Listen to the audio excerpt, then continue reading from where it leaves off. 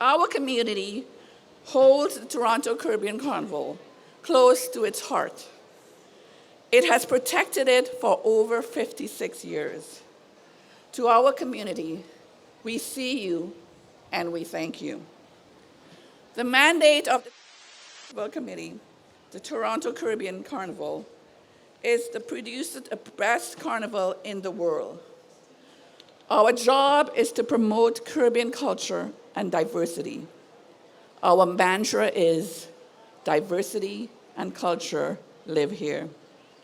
We celebrate our culture through music, mass, dance, and food. This year, the FMC has taken the bold step of setting our mandate beyond the mass. Our vision is to promote joy, diversity, to provide opportunities for our community, to highlight our community's talents in business and education. We at the FMC are so very honored that we are given the opportunity to put on the greatest show in the world. However, putting on the greatest show in the world is very, very expensive. Revenues earned from various events are not sufficient to put on this carnival. Government funding has decreased year over year. The situation has become critical. We have sent letters out to politicians, government officials, made television and radio appearances calling for emergency funding. However, it seems like if our calls for increased funding from the federal, provincial, and municipal governments have fallen on deaf ears. Despite our repeated and urgent call for emergency funding, we have nothing but silence, crickets. When we do hear from individuals from various levels of government, we hear kind words, words of support, words of understanding. But words are useless to us. Words without action and financial support are hollow.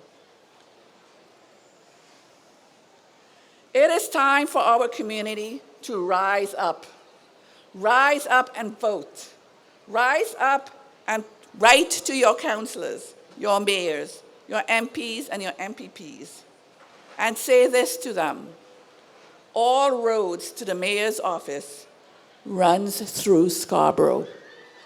All roads to the provincial elections run through Scarborough and Brampton.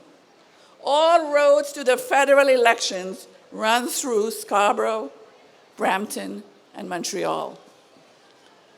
Our community must demand that their elected representatives, their members of parliaments, get into the arena, stand up, and advocate for real action and financial support to the Toronto Caribbean Carnival.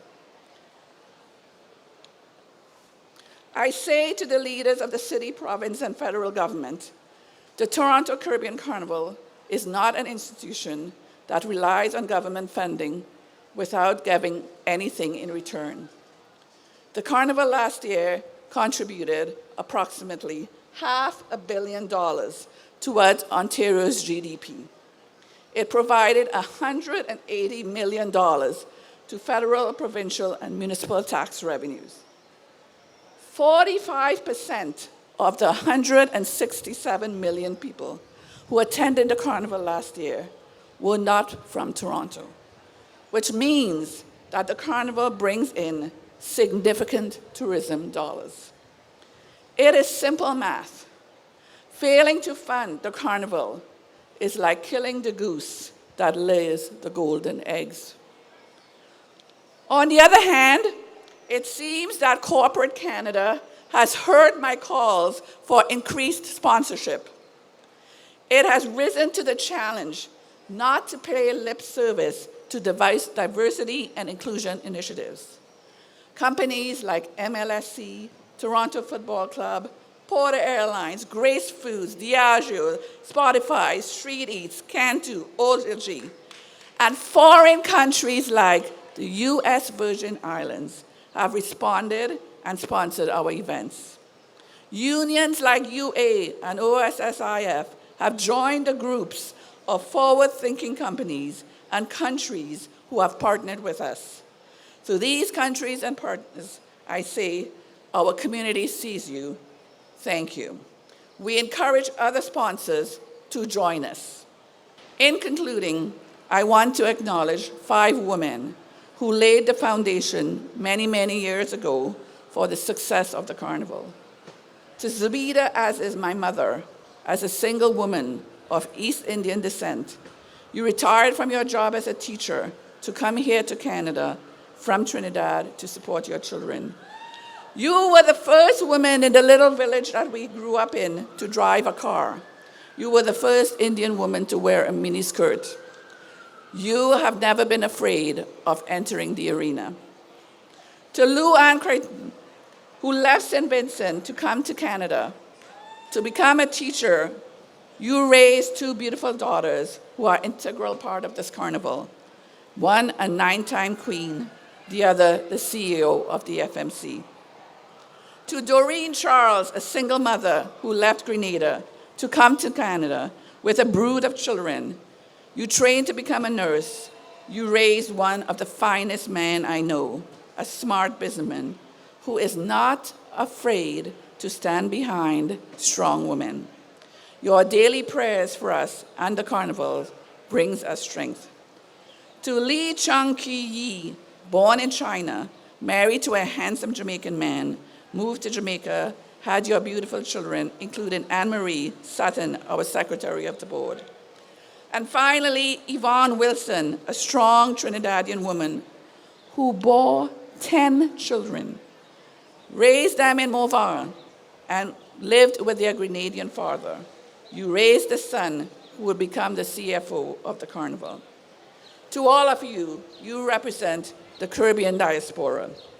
To these women, through your struggles, you have raised children who now run the carnival.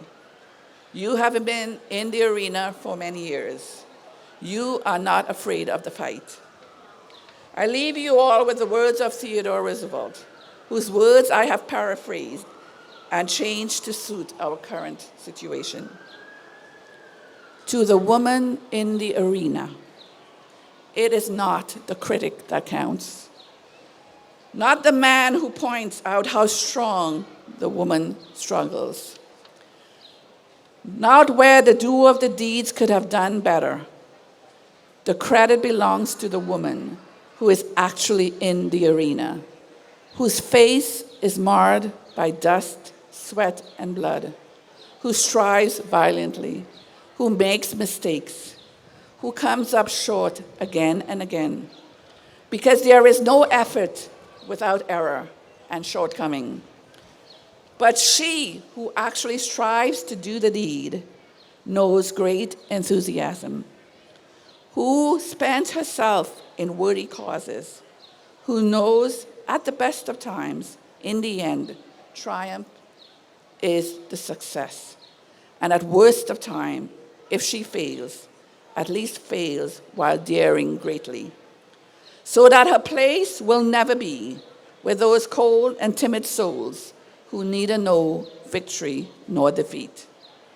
I have all faith that the Toronto Caribbean Carnival will know victory, will know greatness, and will know triumph.